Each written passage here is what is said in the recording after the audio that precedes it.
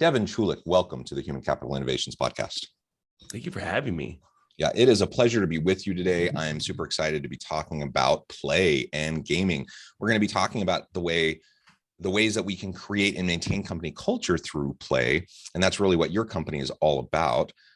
As we get started, I wanted to share Devon's bio with everybody. Devon Chulick has dedicated the last 15 years of his career to building communities and building innovative e-commerce products and experiences. As a founder of former Haight Street Gallery and print shop DSF, he helped organize monthly art walks, activated plans to beautify the neighborhood, and served as the president of the Lower Haight Merchant and Neighborhood Association. In the world of e-commerce, he has worked on product teams for brands such as Chubbies, Everlane, and Dolls Kill. He continues to consult for a number of SMBs and VCs, and in 2020, he co-founded Start Playing, a Y Combinator-backed startup that connects gamers and aims to dismantle the gatekeeping commonly associated with the community. He has worked as a creator in the gaming and art space and has been featured by publications such as Bloomberg, Marketplace, SF Gate, WGN News, and many others. It's a pleasure to have you, Devon. Anything else you would like to share with listeners by way of your background and personal context before we dive in? That was plenty. I remembered some things I forgot about myself. Oh my goodness. No, that's wonderful. You have a tremendous background, and I like the community aspects of your background, coupled with your corporate experiences. I think all of that's fantastic. So why don't we start by talking about gaming, and specifically as we talk about play and gaming, describe for us what does that look like at Start Playing? What types of activities in gaming and play are you involved with, and do you work with organizations on? Yeah, so we're a gaming company, right? So that's the first thing about Start Playing is, playfulness and playing is part of, every aspect. And how we're playful in how we name our, CX team. We're playful in how we name a lot of our internal documents. But the whole goal of our company is to get people in these communities through play. And we build communities through play. And it's really impactful when you hear that. And so we do the same thing with our teams. It's funny. We actually get together quite often just to play games as a team. And using our own product together too. Our product is like the Airbnb of gaming for tabletop. So we use it to book games with each other as a group to remind ourselves that this is, these are the communities we're building, and this is how impactful it is.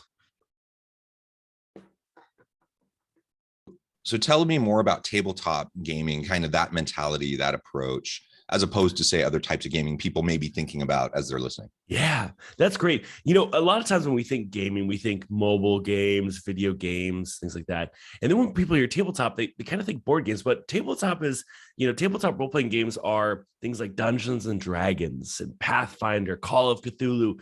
And there's a reason why these games not only are so sticky, and why people they're so infectious and the hobby is so rabid is because I want you and everyone that's listening to this to think about, when do you use your imagination, right? We use our imagination for problem solving at work, or probably reading something, right? And so very rarely do we use our imagination for leisure time anymore. Now, think about when you use your imagination with other contemporaries. When was the last time you were with a bunch of your friends and you all use your imagination together? I can't, it's so hard to think about something that we do as adults where we use our imagination with our friends, and we just don't do it.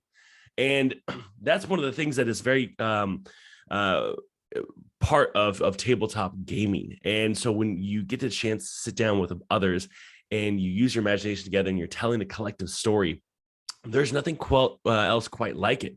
And so I always see people, the first time they play, something happens. There's like a switch that kind of flips, and they're like, oh my gosh, this is fantastic. Because there's no other pastime like it. Well, and maybe that speaks to really my next question, and that is, this market for tabletop gaming generally, and not even connected with the workspace in the workplace in any way, but the market for tabletop gaming is growing so quickly, and the popularity is increasing. You have all these Euro games, for example. You mentioned Dungeons and Dragons and others such games. You have shows like Netflix Stranger Things, which is repopularizing Dungeons and Dragons and things like that. So tell us more about really the popularity of tabletop gaming, and then we can get more into like how you are utilizing it in creating community, creating culture within teams and organizations. Yeah. So when you think about, if we think about millennials, which is one of the biggest buying, segments out there, we grew up with Harry Potter books, and we grew up with the Lord of the Rings movies.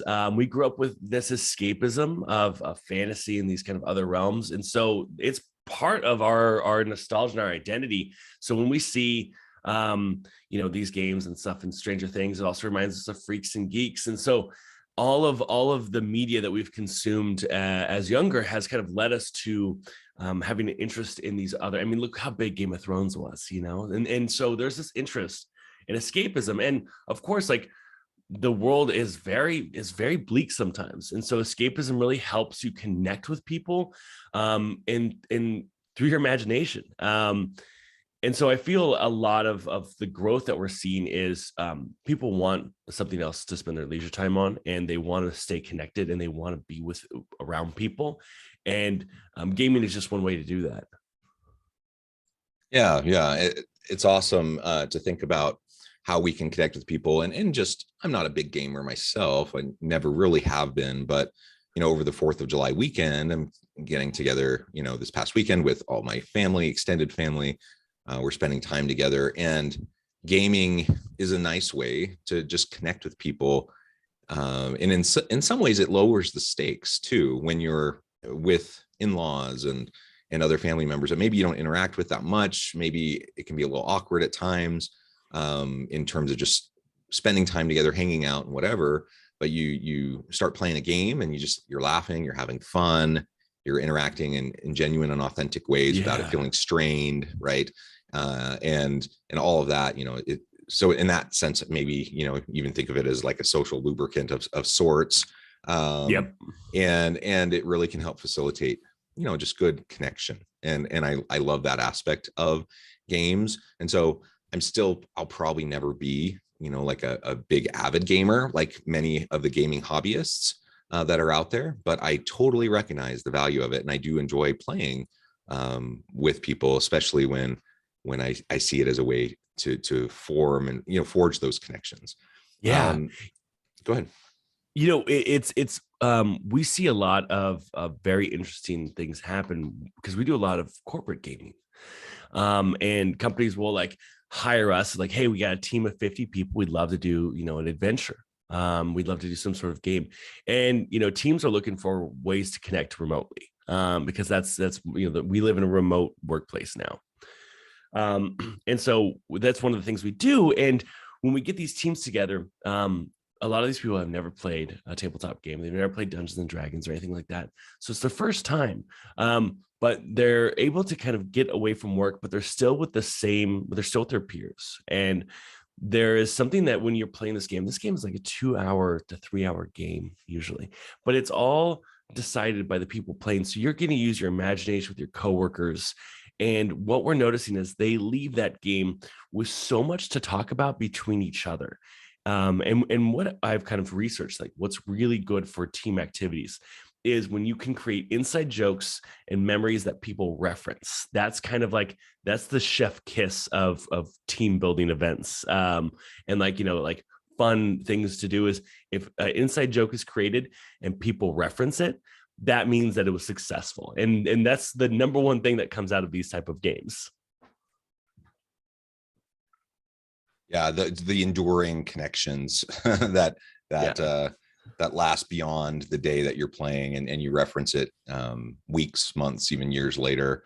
And that's again coming back to family. I know you're talking about corporate, but coming back to family, that's when you're gathering around with your family and your siblings, years later and reminiscing on the weird things that you did when you were teenagers or whatever. And really that same or a similar dynamic can emerge in a really tight-knit team in the workplace. And as you learn to trust each other, as you learn to develop authentic relationships with each other, as you learn, that you actually want to like be around members of your team at work, spend time with them. And it doesn't necessarily even mean, depending on your life stage, you may or may not have time outside of work to get together. Maybe you don't have time or the ability to go grab a drink after work or to do those sorts of things. But when you can have those connections where you get up in the morning and you're like, yeah, I'm not only, happy to show up to work today, but I'm excited to see this person and this person. I'm excited to work with them and collaborate with them and such. And you always need a best friend at work. You always need a best friend at work. Yeah, you have a best friend at work. You have people that you can lean on, people that you can encourage, and they can encourage you. And so much of that can happen through the cooperative gaming, through just the state of play, and the other aspect that you've mentioned a couple times already is just the generating of creativity. Those juices get flowing, and then that enables you to unlock different parts of your brain, so that when you go back to work, you are more innovative and creative, and you can hit your flow state and just be more productive. And so sometimes people think, well, man, why are you're wasting an hour of like doing this team gaming activity? Why, that's, say you have 5-6 people on your team, that's 6 hours opportunity cost, lost time productivity. Yep. Like, well, maybe, but more likely is that it'll be that investment in time is well worth it, because it's going to, or if it's done correctly, if it's done well, it's going to produce better integration and synthesis and creativity and all those sorts of things that it's hard to measure, but you know it when you see it, and ultimately that's far more important than a few hours here and there. Do you know that there's this thing when we watch things on television or movies or things like that our brain thinks it's happening to us? That's why like we get scared when we watch horror movies, right? So our brain, when anything is consumed, we think it's happening to us. But also when you play games, it's a little bit different because it's not passive, right? It's interactive. You are engaging in it. And the other thing is, when you are engaging with it, you are also generating new experiences. And when it's something like these games where you have to like pretend like, hey, we're out in like the enchanted forest trying to find the evil wizard, right? That right there it's such a wholly new experience that a lot of people don't have, that when you're sharing that with a team, friends, family, whatever, it is highly memorable because you don't have those memories. You don't have things like that. So you're generating this. And that is like some of the most important and like kind of positive things for a person, because the more new experiences we have, the not only younger we feel, but we also create more connections through that. Yeah. And again, those connections are what bind and keep teams tightly knit and working well together. And, I do a lot of work in the employee satisfaction, engagement, and motivation space, a lot of research there. And there's a lot of things that motivate people, that are salient drivers and can engage people or disengage people. And, we have a variety of intrinsic and extrinsic factors that play into that. Most often we think about pay. We know that pay is important. You have to have adequate pay. But more often than not, what really gets people energized and excited about going to work, research has shown, my own research, but lots of other people's research as well, has shown over and over and over again, that it's about the relationships of the people that you work with. So you could work in really a pretty crummy company, not even, maybe making even a little bit below market. The culture's not terribly healthy. Like you could list off a whole bunch of fairly negative things. Yeah. But if your boss is awesome and you love your boss and you have good people on your team that you love working with, that essentially creates an insulated bubble around you and your experience at work. And all of a sudden, even with all the other tumult happening outside of your team, and in the politics and the strife and the frustrations and stuff, you're more or less, you can be insulated from that if you have a good team. And so, the value of it. Now, certainly we want to have healthy organizations with healthy cultures, and we, all of that, we want that as well. But what I'm saying is, hopefully I think people can see this as empowering, that if you're a manager of a team, you still have a sphere of influence that you have quite a bit of control over. You can create the environment for your team, even within a broader environment that may or may not be as positive or healthy as you'd want it to be. And so let's take ownership over our sphere of influence and let's make it the best it can possibly be. And this is one way to really enhance that, to really create a better environment. And it could be something as simple as, you can have workshops and you can have retreats and you can do those sorts of things, but you can also just have like a lunch hour, game time, bring your lunch, let's play for an hour. And people should be taking a lunchtime anyways. If they're not, that's another problem. 1,000%. Yeah. And it's interesting. Like if you think about when you ask people about previous places they worked, right? I can't remember anyone that's ever said, it was wonderful, they paid me so much. I don't really hear that. And it could be just for the fact that we're Americans. We don't really talk about wages that much, but I feel that the number one thing I always hear from people, if they had a great experience where they worked, was the people were great. I rarely hear, the mentorship was awesome. The internal education tools were incredible. It was first, the team was great. The people were amazing. That's why I liked working there. And then the next thing is I learned a lot, which meant it wasn't a great place, but I learned what I don't want out of a workplace. And those are the big things that I always hear that are kind of big indicators of what a workplace was like. Yeah. And I agree. That's consistent with my personal experience when I talk to other people, as well as the research that I've done. Tell us more about your platform and how it has impacted users over time and how it can be utilized. Yeah. So I mean, like the companies that come in and game with us now, we have a lot that are doing this every month now as like a team game. And it's great because they're essentially getting to write their own stories and their own adventures. And it's so exciting to see how exciting they are every week. But on a larger scale, we are hearing these people, they come as individuals looking for a game, and they come and they use our service, and we have our host, our game masters, our dungeon masters that they end up joining the game with, and they join a game with a bunch of other people that are joining solo. But within a few weeks, that group are fast friends. And then, after a year, we're hearing stories of like, oh yeah, I went to, this one's other player's wedding, because all these games are online. So these people are creating these intense friendships, and they're now, sending each other Christmas presents, going to each other's weddings. We're hearing about this group of 5th grade girls that they play a game every other week on the site with a game master, a dungeon master, Katie. And we heard that all those girls, their moms now do a monthly game on the site. And it's like the mom and wine D&D night. And all these people finding ways that they want to get together, they want to spend time, and they want to connect. And this is one of those things that makes it fun and makes it memorable, and doesn't kind of give you this huge Zoom fatigue. Yeah. And that Zoom fatigue is real. And so we need to be careful about it. And you've already mentioned, in relation to Zoom, you've mentioned how this can be utilized both in, a in-person workplace, but virtual, remote work environment, hybrid environment, when you have distributed teams all over the place. This is a way that you can connect people. And so I think all of that is fantastic as we think about the future of work, the future of distributed teams, remote and hybrid teams, and those sorts of things. Do it in a way that is more engaging, more interactive.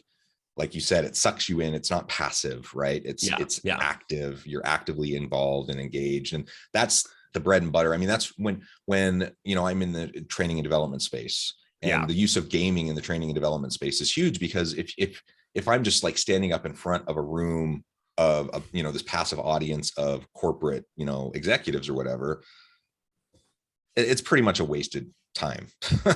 You might get some things across, and they may, be impressed by you, and maybe you'll say some interesting things, and maybe they'll remember some things, but that kind of a passive environment usually has almost no lasting effect. But rather, when you engage people, when you actively involve them in gaming, like you're describing, this is one form of how you can do that. It can have a tremendous effect. So that's fantastic. Well, Devon, I'm noting the time. This has been just a fun conversation. We have a few minutes left together before we wrap up for today. I wanted to give you a chance to share with listeners how they can connect with you, find out more about your work, how they can connect with your team, and then give us a final word on the topic for today. Yeah, Jonathan. Again, thank you for having me. It's such an honor to be chatting with you. Our team, we take about how we work very seriously and like radical transparency, vulnerability, and so a lot of the stuff that you've talked about in you've engaged with.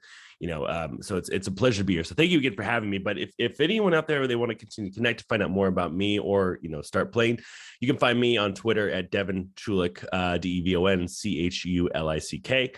Just find me on Twitter. And if you want to find out about gaming for yourself, for your team, anything, you can just go to startplaying.games and you could book a game, a group, or a game master. And again, I think, at the end of the day, everything is about community. Everything I want to do is community centric, whether it be, the products I build, the people I work with, or in my current case, the products I build for the people I work with. Fantastic. Thank you, Devon. It has been a real pleasure. I encourage listeners to reach out, get connected, find out more about what Devon and his team can do for you. Let's think about gaming and play and how we can incorporate that more into the workplace, more into our teams, more into our culture, because I think that will pay a lot of dividends and just have a really tremendous impact. This has been a fun conversation. Thank you. And as always, I hope everyone can stay healthy and safe, that you can find meaning and purpose at work each and every day. And I hope you all have a great week.